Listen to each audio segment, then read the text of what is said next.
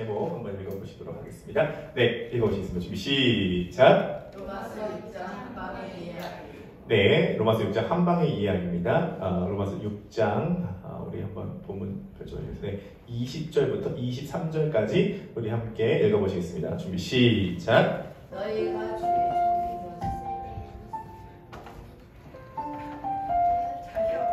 네, 20절부터 다 함께 읽어보시겠습니다. 좀 목소리 맞춰서 시작! 너희가 죄의 종이었을 때는 그에 대하여 자유로웠으나 너희가 그때 무슨 열매를 얻었느냐? 이제는 너희가 그 일을 부끄러워하니 이는 그 마지막의 사망입니다. 그러나 이제는 너희가 죄로부터 해방되고 하나님께 종이 되어 거룩함에 이르는 열매를 맺었으니 그 마지막은 영생이라.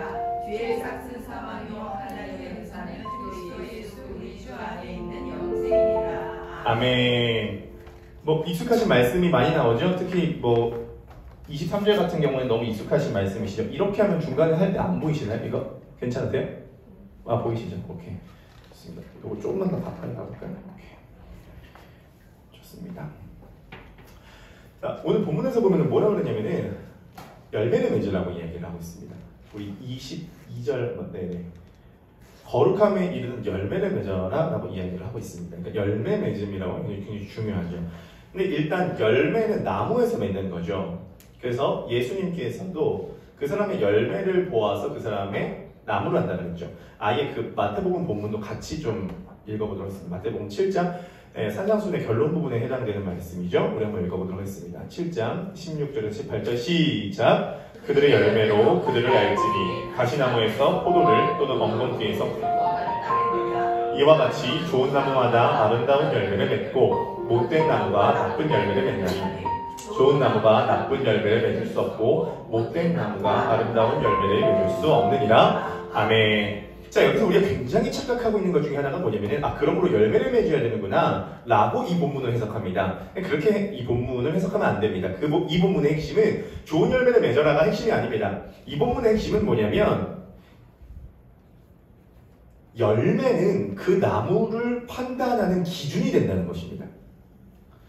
그러니까 좋은 열매를 맺어라와 이 열매를 보면 이 나무가 뭔지는 안다는 것은 좀 차이가 있습니다. 좋은 열매를 맺어라라고 하는 건 나중 문제입니다.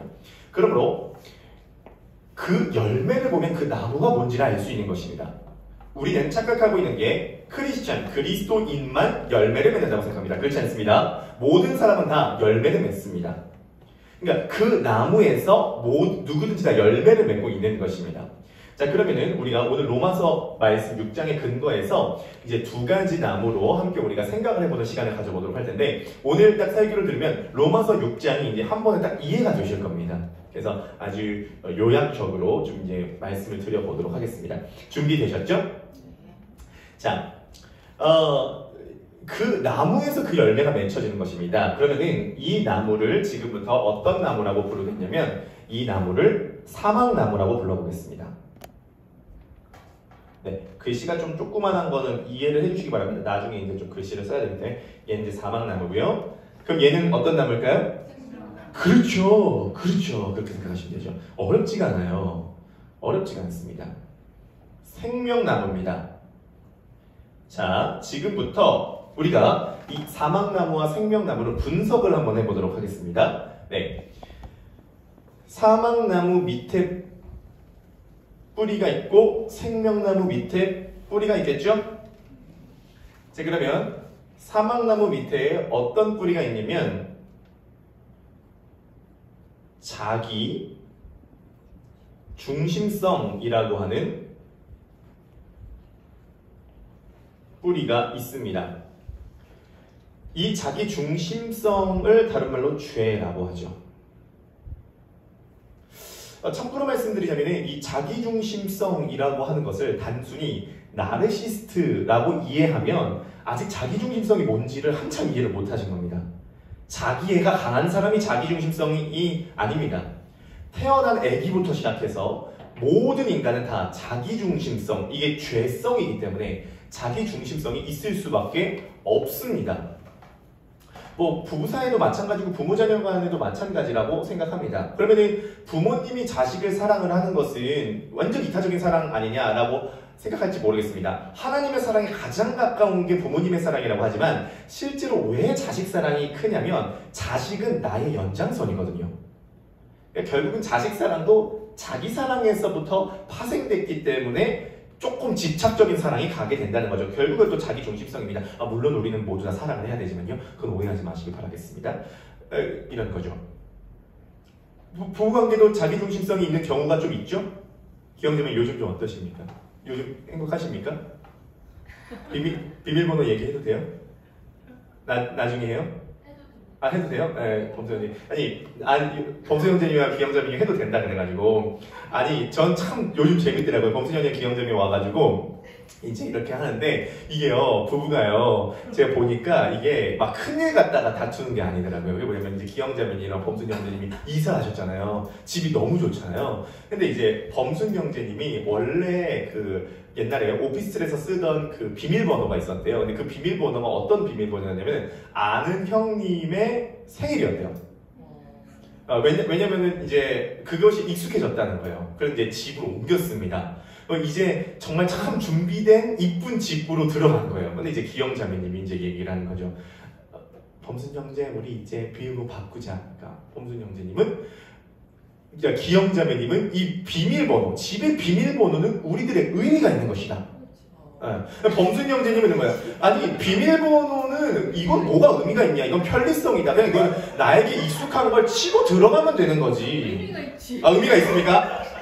설교 중간에 갑자기 끼어들어가지고 의미가 있다. 이게 남자 스타일이랑 여자 스타일이 조금 다른 것 같아요. 상의를 해야 되니까. 상의를 해야 되니까. 오케이. 좋습니다. 백분 토론 시작할까요? 바깥에는 말하는 백분 토론 시작해요. 네, 백분 토론 시작합니까? 근데 이제 이런 겁니다. 이제 남자 입장에서 제가 그냥 저는 어느 분에게 남자 입장 대변하자면 이런 겁니다. 비밀번호가 무슨 상관 있냐? 비밀번호는 그냥 편리하게 들어갈 때 편하게 누르면 들어가면 되지 않느냐? 이게 남자 입장에서. 그래서 사실은 지금 저도 이사한 집의 비밀번호가 그 전 주인의 비밀번호랑 똑같습니다. 바꾸지 않았어요. 그게 왜냐면 또 귀찮게 뭐 또 바꾸냐 그거죠. 근데 이제 아내 입장에서 그죠? 아내께서 이거 우리만의 공간이면 왜 아는 형의 그 생일을 그 형도 그 집 비밀번호가 본인 생일이라고 내가 알고 있는데 나 이 집 들어갈 때마다 나 마음이 이상하다. 이런 거죠. 그러면은 누가 맞나요? 누가 맞아요? 여자만 들어야지. 네. 저는 사실은 그렇습니다. 그러니까 이거는 제가 생각했을 때 누가 맞다 틀렸다가 아닌 거죠. 동의가 굉장히 안 되는 분이네. 네, 아무튼 진행을 해야 될 것 같습니다. 웃고 계시는 사람이 솔직히 지금 저 포함해서 5명밖에 없습니다. 5명 다 남자고요. 아무튼 근데 남자 스타일 좀 있는 것 같아요. 우리는 좀 의미, 가치 이런 거보다 효율성, 실용성 이런 거 중요하고요. 이제 여자들은 이제 관계 이런 거 중요하고 가치 이런 게 중요하니까요. 이제 그런 거 같죠. 아무튼 이제 얘는 자기 중심성이 있다라는 것이죠. 많이 우리가 복음을 통해서 자기 중심성이 변화받고 있습니다. 믿으십니까? 자, 이 자기 중심성에서부터 어떤 마음이 올라오냐면 못된 마음이 올라옵니다. 못된 마음. 참 제가 마태복음을 요즘 다시 한번 읽으면서 참 느껴지는 게 뭐냐면은 예수님은 너무 쉬운 용어를 사용하신다는 거예요. 물론 성경에 쉬운 용어만 나오는 것이 아닙니다. 근데 예수님 뭐라고 하냐면은 못된 마음, 나쁜 열매, 착한 마음, 선한 열매 이렇게 아주 유치원생의 용어들을 많이 사용하신다. 물론 로마서에 가면은 바울은 좀 어려운 용어들을 사용합니다. 그래서 우리가 좀 섞어서 사용하지만 아무튼 예수님을 따라서 이제 못된 마음입니다. 자, 그러면 이 자기중심성이라고 하는 죄에서 못된 마음이라고 하는 줄기를 거쳐서 이제 열매를 맺게 됩니다. 자, 그러면 어떤 열매를 맺냐면요. 이렇게 열매를 맺습니다.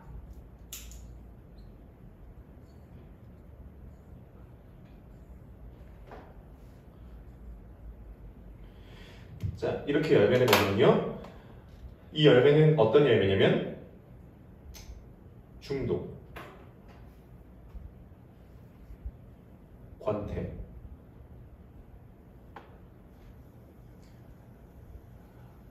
무기력,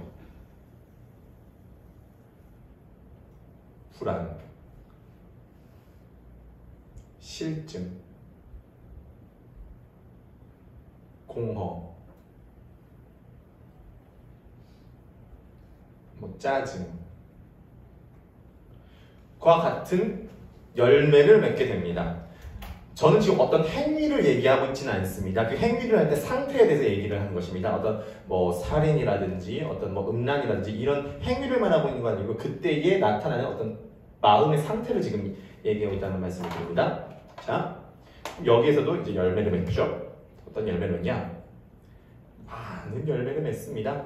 이 열매를 보면 그 사람이 어떤 지금 나무인지 아는 거죠. 자, 어떤 열매를 맺나 살펴보도록 하겠습니다. 자랑, 교만, 위축, 우월, 열등, 분노,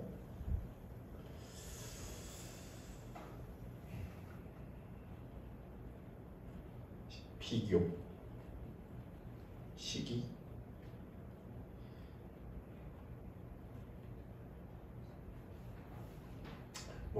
이런 것들을 맺게 됩니다. 자기중심성이라고 하는 뿌리에서 못된 마음이라고 하는 줄기를 거쳐서 이런 열매를 맺습니다. 참고로 종교에서 말하고자 하는 건 이 마음의 영역을 고치라는 것입니다. 하지만 기독교는 뿌리, 자기중심성이라고 하는 뿌리가 문제다라고 이야기하죠.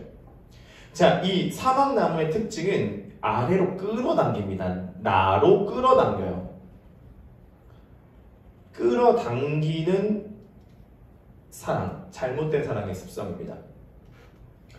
이 자기중심성이라고 하는 뿌리에서 못된 마음이라고 하는 것을 거쳐 이런 열매를 맺는데요. 자, 제가 이 주의 깊게 살펴보시면 이 두 가지 열매를 좀 구분지어서 지금 그렸다는 걸 알게 되실 겁니다. 나무 아래 지금 나무 두 개가 있잖아요. 눈치채셨을지 모르겠지만 이 나무가 뭐냐? 바로 뭘까요? 율법 폐기주의입니다.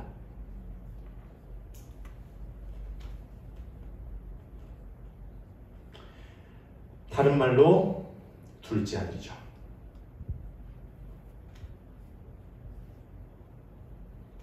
다른 말로 세리창녀입니다.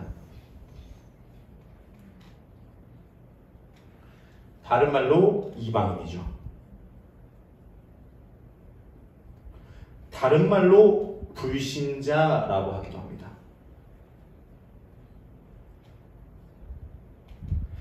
지난주 설교에 의하면 죄의 형태를 띤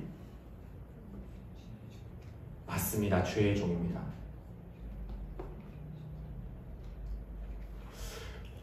우리에게 이 율법 폐기주의가 되게 멀리 있다고 생각하지만 그렇지 않다는 것입니다. 난 내 맘대로 살 거야. 율법 폐기주의의 가치는 자유입니다. 난 자유롭게 살고 싶어. 근데 제가 이제 수요일날도 말씀을 드렸다시피 인간에게 자유를 주면요 어떤 문제가 생기냐면 요즘에 나중에 집에 가서 인터넷에 한번 쳐보시기 바라겠습니다. 샌프란시스코의 몰락이라고. 샌프란시스코는 굉장히 관광도시로도 유명했고 실리콘밸리가 있는 지역이고 우리가 알고 있는 유명한 회사의 본사가 다 있는 곳입니다. 근데 그 샌프란시스코의 가치가 뭐였냐면 자유였습니다. 자유를 가치 있게 여기니까 온갖 동성애자 부부가 가장 많은 곳이 샌프란시스코라고 합니다. 율법 폐기주의가 우리랑 멀어 보이잖아요. 그렇게 멀지가 않다는 걸 제가 요즘 많이 느끼게 됩니다. 샌프란시스코에서는 그냥 진짜 경찰이 보는 앞에서 주사기를 꼽는데요. 마약을 한다라고 합니다. 그래가지고 그러면은 마약 단속을 더 철저히 해야 되잖아요. 그런데 어떤 정책을 펼쳤냐면은 마약 주사기 200만 명과 300만 개를 무료로 풀어버렸습니다. 왜 그렇게 하냐면은 마약 주사기를 너가 쓰고 돌렸으면 감염이 된다고 차라리 그냥 새 거 쓰라고 마약 주사기 200만 개를 풀어버린 겁니다. 지난번에 샌프란시스코 주지사가 이 경선을 할 때 선거 공약 1번이 뭐였냐면 샌프란시스코 전역에 뿌려져 있는 주사 바늘을 어떻게 수거할 것인가가 공약 1번이었대요. 그리고 우리 입장에서는 조금 충격적이지만 작년에 샌프란시스코에서 똥을 치워달라. 길거리에 말이요. 인분을 치워달라라고 신고가 들어온 게 한 해 동안 28,000건이었다고 합니다. 그러니까 거리에 가다 보면 똥이 이렇게 진짜 있대요. 요즘 좀비의 나라가 되고 있어서 그 부자들이 지금 썰물처럼 엄청 빠져나가고 있고 노숙자들이야 뭐 이거나 저거나 똑같으니까 노숙자들은 계속 남아있고 부자들은 빠져나가니까 지금 굉장히 몰락하고 있어서 좀 걱정거리라고 하더라고요. 실제로 그래서 제가 거리 사진 한번 갖고 와봤거든요. 샌프란시스코 거리 실제 사진입니다. 이게 그냥 일반 거리 사진이라고 하고요. 다음 사진. 네, 이렇게 이제 노숙자들을 저기 뭐 텐트 치고 이렇게 있죠. 그 중간에 있는 남자 사진 보이세요? 그 이제 마약을 취하고 있는 것입니다. 이런 사람들이 돌아다니는 거예요. 네, 다음 사진. 네, 거리가 이렇게 좀 이제 쓰레기도 너무 많고요. 네, 다음 사진. 네, 원래는 저렇게 왼쪽 같은 곳이었는데 이제 오른쪽처럼 이제 마약의 원상 도시가 되었다고 합니다. 네. 그러니까 자유를 주면 마음대로 하게 되면 결국은 파멸이 겁니다. 그러니까 쉽게 얘기해서 뭔가 자극이 필요해서 뭔가 자극을 했는데 끝에는 권태가 온다는 거죠. 공허가 온다는 거죠. 실증이 온다는 거죠. 그 자극을 쫓아가는데요. 자, 그러면은 이쪽은 당연히 뭘까요? 자랑, 교만, 위축, 열등감, 분노, 우월, 시기, 비교. 이건 뭘까요? 율법주의죠. 이거는 율법주의입니다. 이게 지금 이 개념들이 우리가 충분히 계속 설교로 들어왔기 때문에 이해가 되는 것이지 사실은 충분히 설교를 여태까지 듣지 않았으면 이해가 조금 힘든 개념일 수 있습니다. 참고로 나중에 우리가 주일 예배 때 이런 식으로 설교를 하지는 않을 것입니다. 지금은 우리가 개념을 잡아가는 시기이기 때문에 이런 식의 설교를 한다라고 생각을 해주시면 좋을 것 같습니다. 이 율법주의죠. 다른 말로 첫째 아들입니다.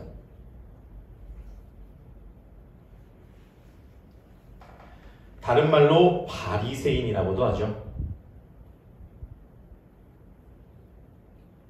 다른 말로 유대인들이라고 할 수 있습니다. 그리고 조금 안타깝지만 신자들 중에 있을 가능성이 굉장히 크죠. 그리고 지난주 설교 방식으로 하면은 이걸 뭐라고 표현할 수 있을까요? 지난주 설교 용어로 하면? 네. 그렇죠. 순종의 형태를 띤 죄의 종입니다. 이해가 안 됐을 것입니다. 어떻게 순종과 죄가 연결이 될 수 있느냐? 충분히 연결될 수 있습니다. 순종하는 게 죄가 안 될 것 같죠? 죄가 됩니다. 순종을 통해서 2차 목적이 있는 사람은 자기가 원하는 것을 얻지 못했을 때 분노합니다. 자, 누가복음 15장 한번 띄워봐 주시겠습니까? 누가복음 15장에 둘째 아들 탕자가 돌아와서 장치를 열었을 때에 첫째 아들의 상태와 멘트를 잘 한번 관찰해 보시기 바라겠습니다. 28절 29절 한번 읽어보시겠습니다. 준비 시작!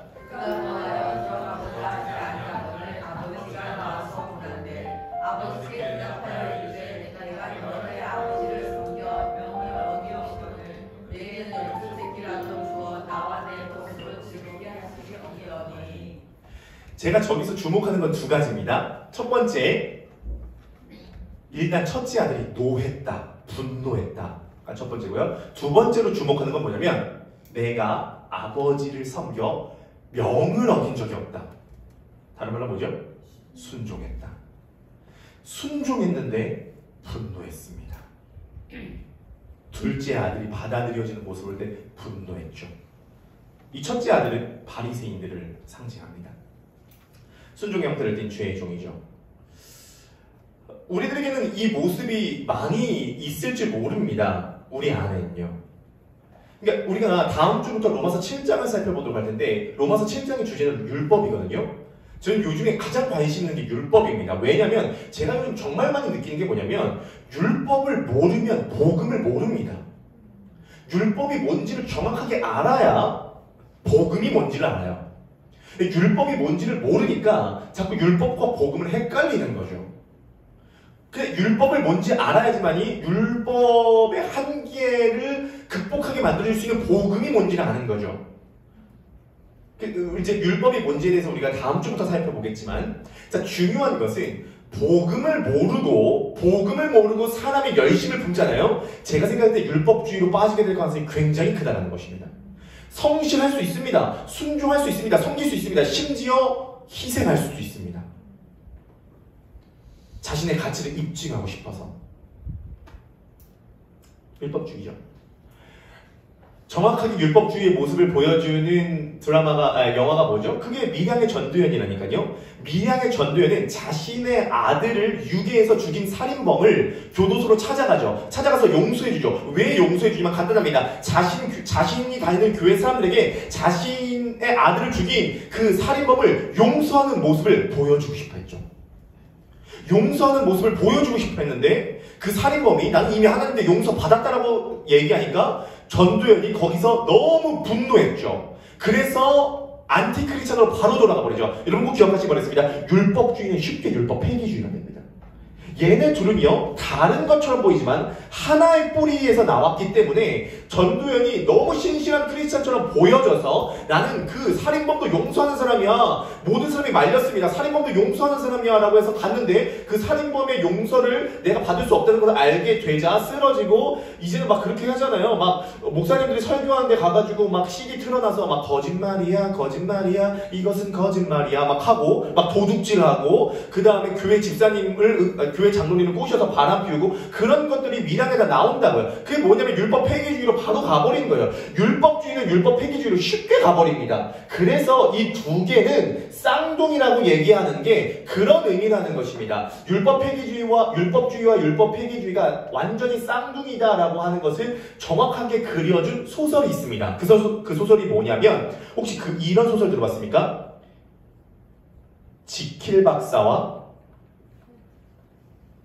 하이드 라고 하는 소설이 있습니다. 뮤지컬로도 만들어졌죠? 지금 이 순간, 지금 여기. 그게 지킬 박사와 하이드잖아요?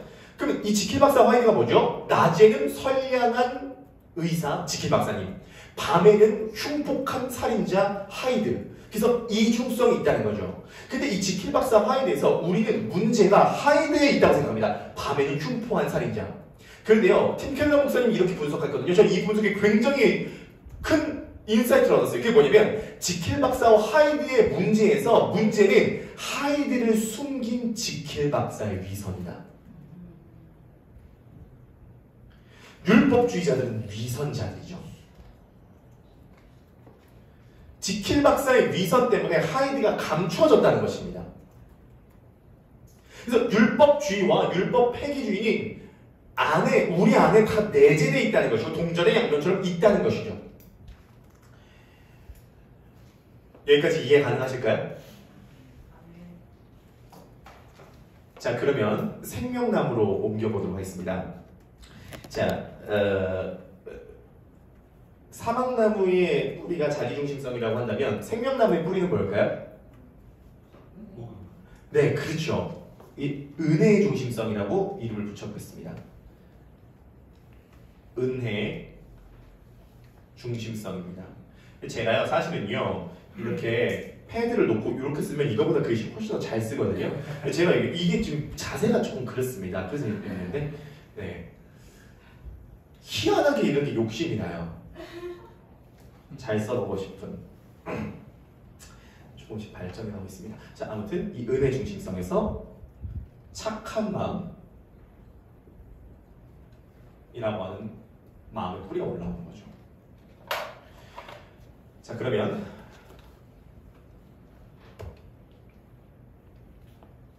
여기서 이제 열매가 맺힙니다. 얘는 열매를 좀 크게 그릴게요. 기분이 이렇게 좋으니까.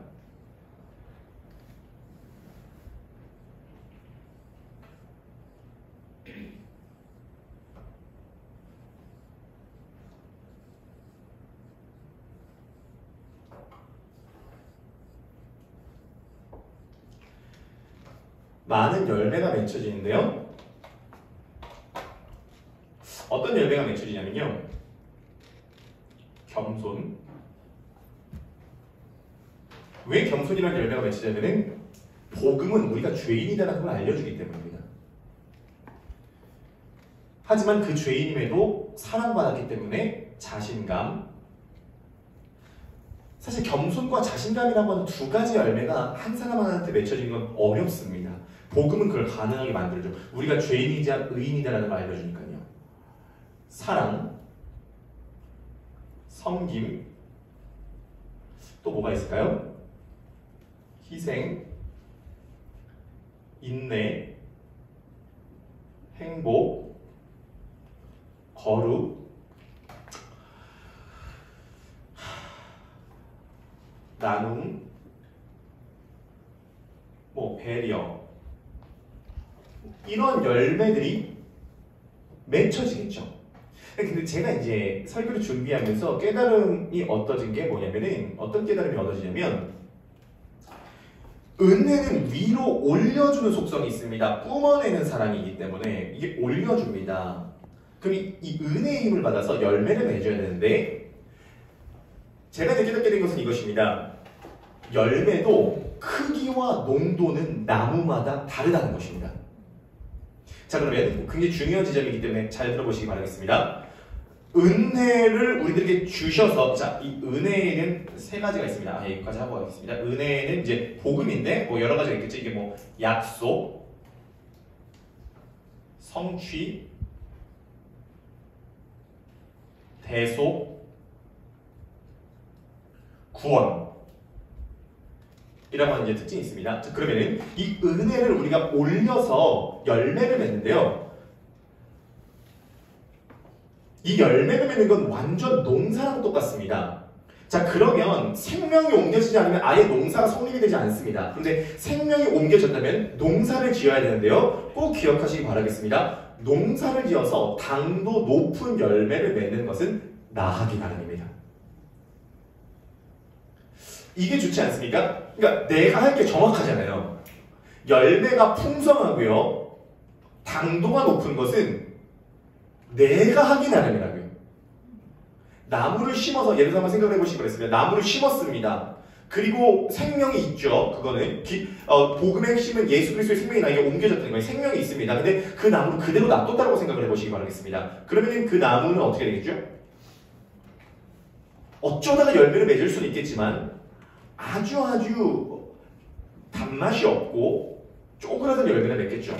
그러므로 이 열매를 어떻게 맺는가, 크고 튼실하고 맛있는 열매를 맺는 건 나하기 나름이다. 그것을 하도록 만드는 것이 바로 순종이라는 것입니다.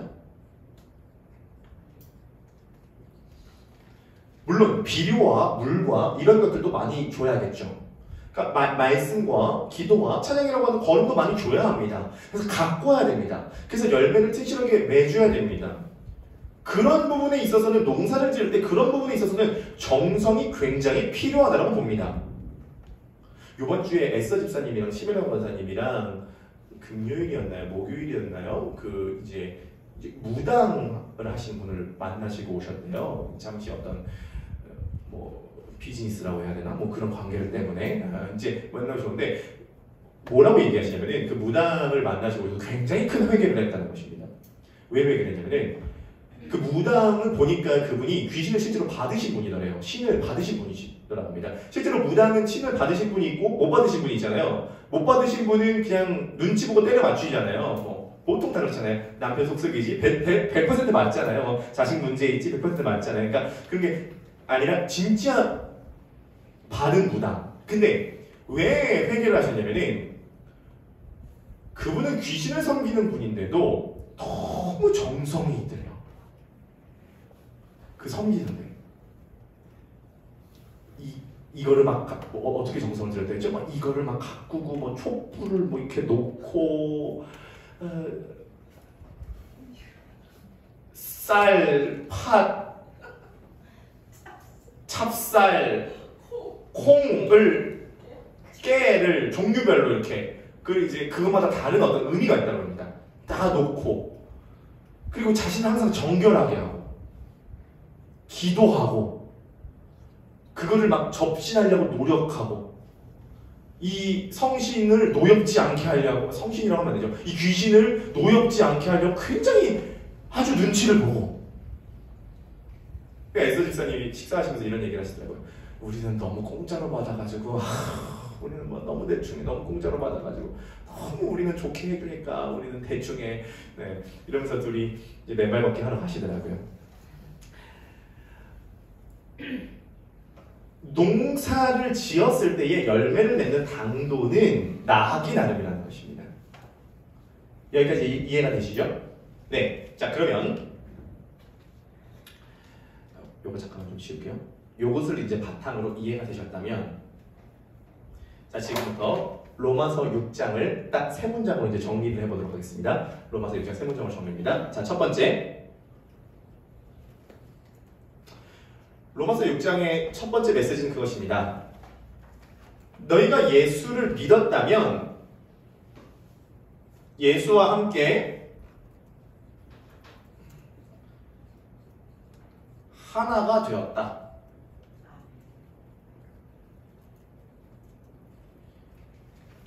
너희가 예수와 함께 죽었고 예수와 함께 부활했어. 예수와 함께 하나가 됐다. 그러니까 연합했다는 것입니다.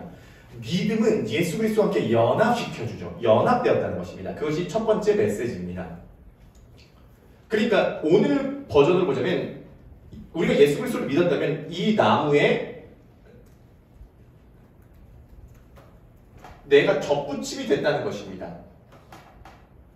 뭐 연아, 예나, 기영, 연이, 이렇게 내가 예수 그리스도와 함께 접붙임이 됐다는 것이죠. 하나가 됐다는 것입니다. 이게 로마서 6장의 첫 번째 메시지고요. 자, 두 번째 메시지는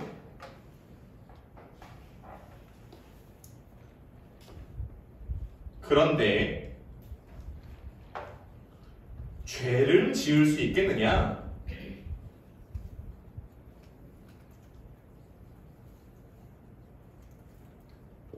No. 이것은 오늘로 보면 이것입니다. 나는 여기 나무에 하나가 됐는데 이쪽 열매를 맺을 수 있느냐? 결코 그럴 수 없느니라. 그러니까 로마서 6장 버전을 보면 너희가 은혜 아래 있는다고 죄에 구할 수 있느냐? 결코 그럴 수 없느니라. 이 부분을 가지고 우리가 설교도 여러 번 했습니다. 너희는 너무 괴상한 생각을 갖고 있구나. 실제로 그러한 질문이 있었다는 겁니다. 하나님이 우리 죄 다 용서해 주신다고 하면은 그게 은혜라고 하면은 죄 많이 져도 되겠네. 어차피 다 용서받으니까. 그건 뭐랑 똑같냐면 여기 나무에 접붙임 됐는데 여기 나무에 열매 맺을 수 있느냐? 결코 그럴 수 없다. 자, 세 번째 메시지는 그러므로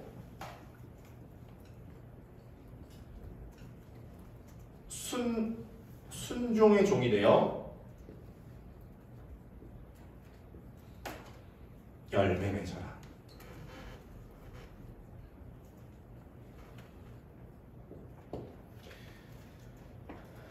예수 그리스도와 함께 이 나무에 접붙임 됐다.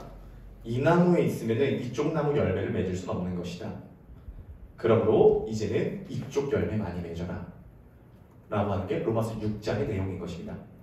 자, 여기서 이제 좀 오해하실까봐 참고로 말씀드리자면은 옛 사람은 죽었으나 옛 습성이 남아있기 때문에 이쪽에 있는 열매들이 살짝씩 여기 맺힙니다. 솔직히 그거 경험하세요? 경험 안 하세요? 살짝씩 맺혀요, 이런 게. 이게 맺힌다고요. 이게 아예 없지 않습니다. 이 맺히는 것들을 커트를 시켜버려야 되는 거죠, 우리가. 이걸 회계라고 하기도 하고 가지치기라고도 하는 거죠. 하지만 대세는 이미 이쪽에서부터 진에게 올라오고 있다는 것입니다. 이해되시죠? 그럼 로마서 6장 전체 이해되셨습니까? 네, 로마서가요, 이게 제가 로마서 읽어보고 연구해보니까 이게 쉽지가 않습니다. 확실히 쉽지가 않더라고요. 하지만 조금씩 우리가 접근해 가면서 복음에 대한 이해가 넓어지고 있습니다. 자, 그렇다면은 자, 굉장히 이제 중요한 두 번째 좀 토픽을 말씀을 좀 드려보도록 할 텐데요. 자, 이제 중요한 질문 한번 드려보도록 하겠습니다. 보통 사람들은요, 여기가 땡길까요? 여기가 땡길까요? 이쪽이 땡기죠. 왜 이쪽이 땡길까요? 네, 항상 자기 안에 있는 게 땡기는 겁니다. 그렇죠? 그러니까 쉽게 얘기해서 이쪽이 땡기는 이유가 뭔가 그쪽에 있는 성이 나한테 있는 거죠. 그러니까 예를 들어 이런 거죠. 머리 많이 쓰고 나면은 당 떨어지면은 나 초콜릿이 땡긴다 이런 표현을 쓰잖아요. 땡긴다. 그러니까 제가 아주 중요한 용어가 이 땡긴다라고 하는 용어가 굉장히 중요한 용어라는 걸 제가 발견하게 됐습니다. 그러니까 보통 이제 교회 용어나 성경 용어로는 갈급하다라는 표현을 쓰죠. 이제 그거 맞는데 보통 이제 우리가 일상생활에서 나 초콜릿이 갈급해, 나 매운 게 너무 갈급하네 이렇게 얘기하시는 분 없죠? 보통 나 초콜릿 땡긴다, 매운 거 땡긴다 이렇게 얘기를 하시는 거죠? 그러면 죄인은 이쪽이 어쩔 수 없이 땡깁니다. 내 안에 이게 있기 때문에 이게 땡겨요. 커피가 땡기는 것처럼 이쪽이 땡긴다고요. 알코올이 있으니까 술이 땡기고, 니코틴이 있으니까 담배가 땡기고, 카페인이 있으니까 커피가 땡기는 거라고요. 저 어저께 제가 13년 만에 동창 친구들을 만났거든요. 13년 만에 이제 동창 친구들을 만났는데, 와, 진짜 그 친구들은 완전 자연인 친구들이거든요.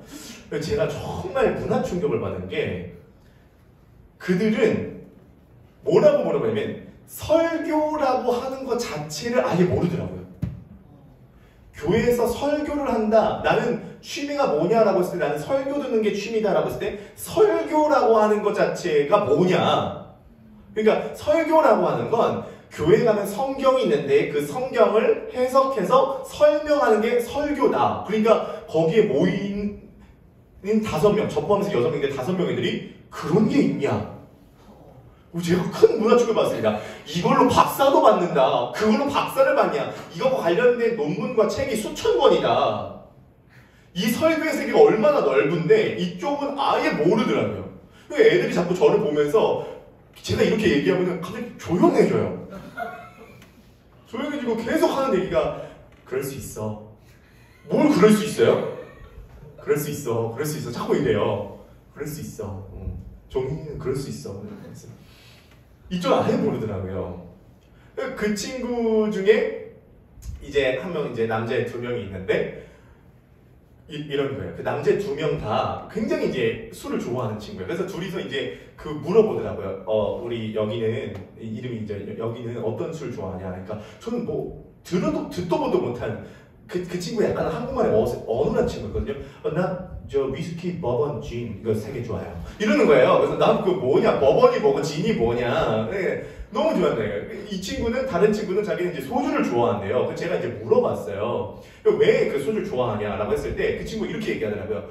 물론 술을 먹으면 먹을 땐 맛이 없대요. 그리고 다음 날에도 머리가 아프대요. 근데 왜 먹냐라고 했을 때 그 친구가 저한테 이렇게 얘기하더라고요. 이게 말로 표현은 못 하겠는데 내가 최대한 표현해 보면은 음식물이 있을 때 소주를 먹으면은 입안을 깔끔하게 해준대요.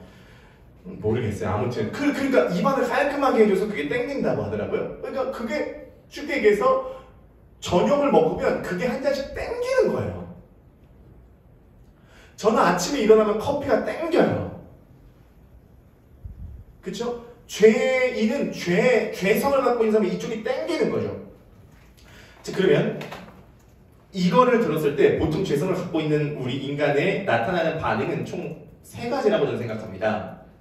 자, 첫 번째는요. 어떤 반응을 보냐면요. 제가 이렇게 보니까 첫 번째는 이해 안 됨.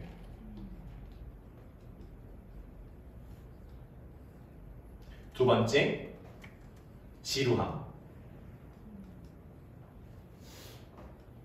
세 번째, 기분 나쁨.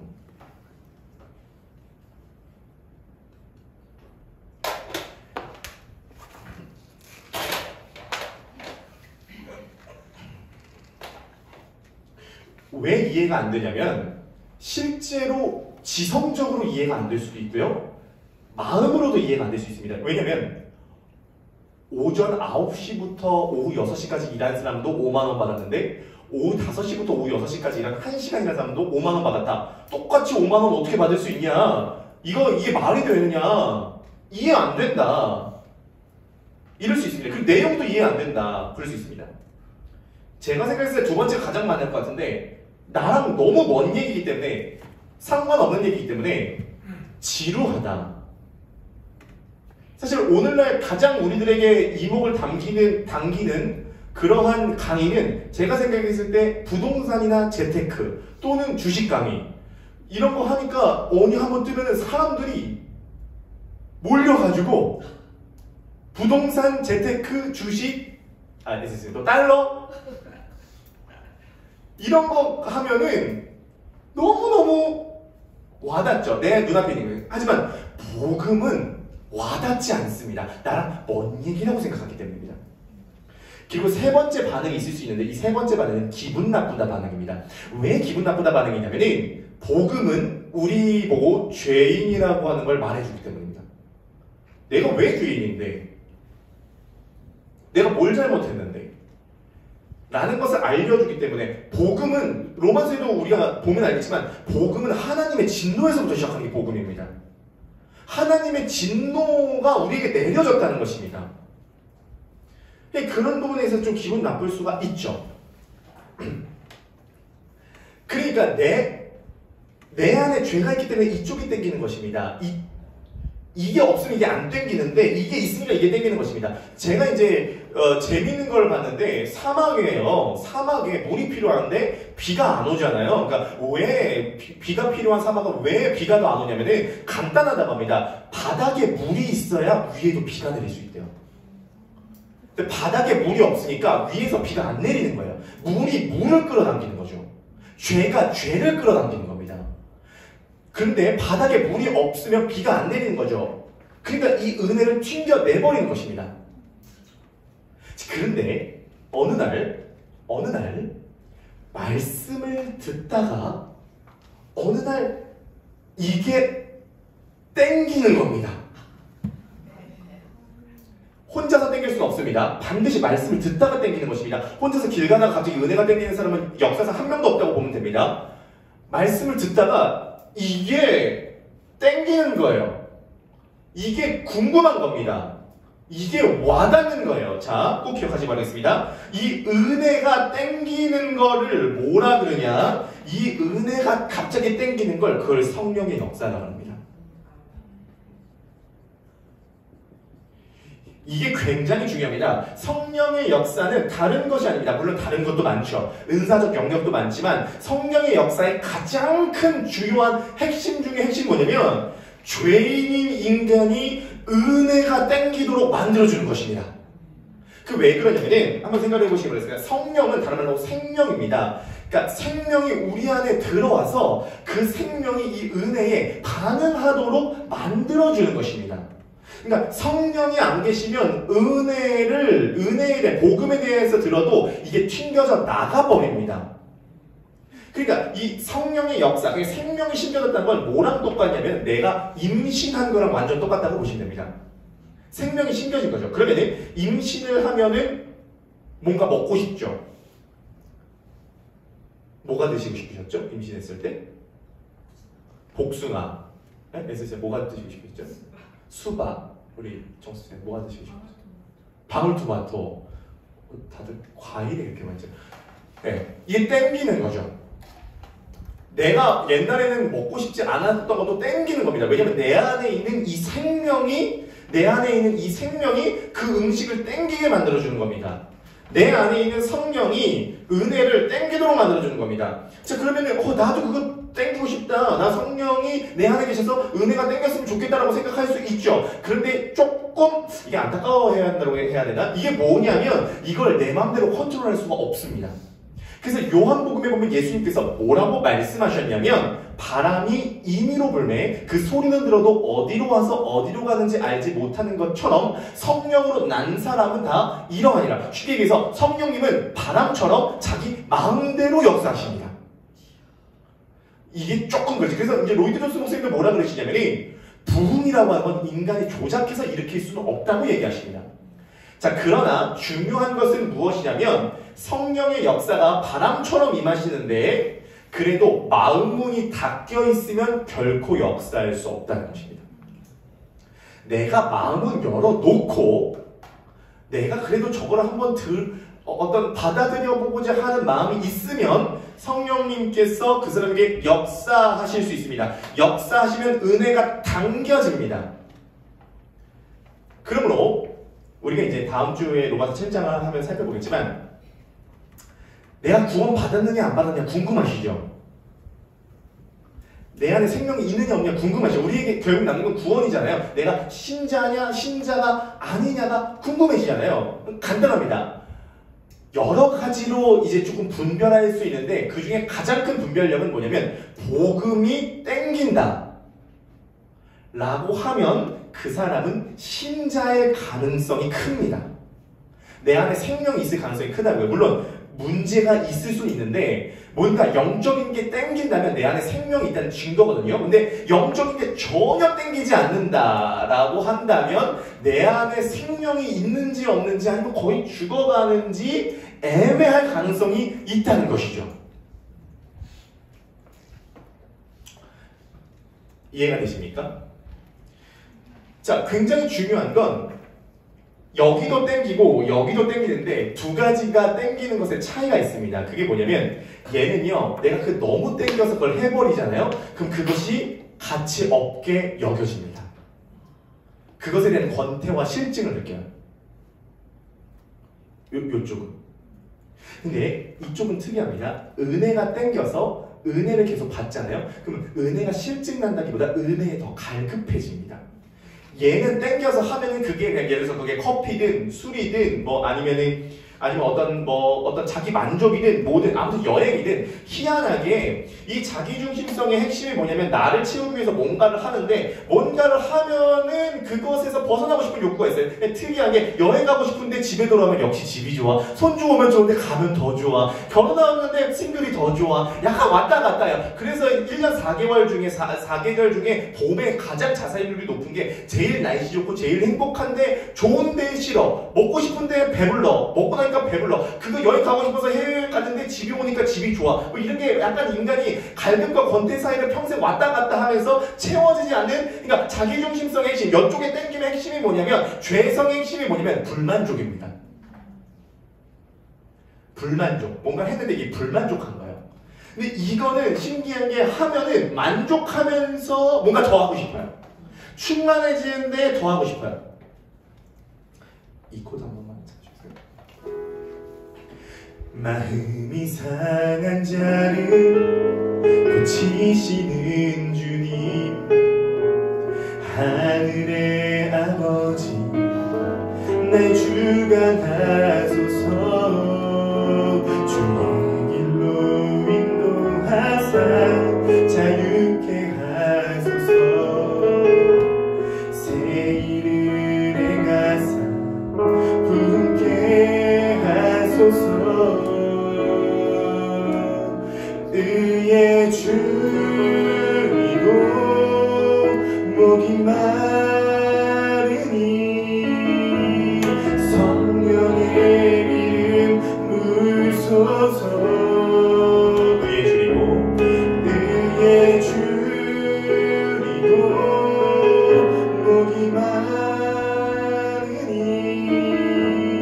내 잔을 채워 주소서. 성령으로 채우사, 성령으로 채우사.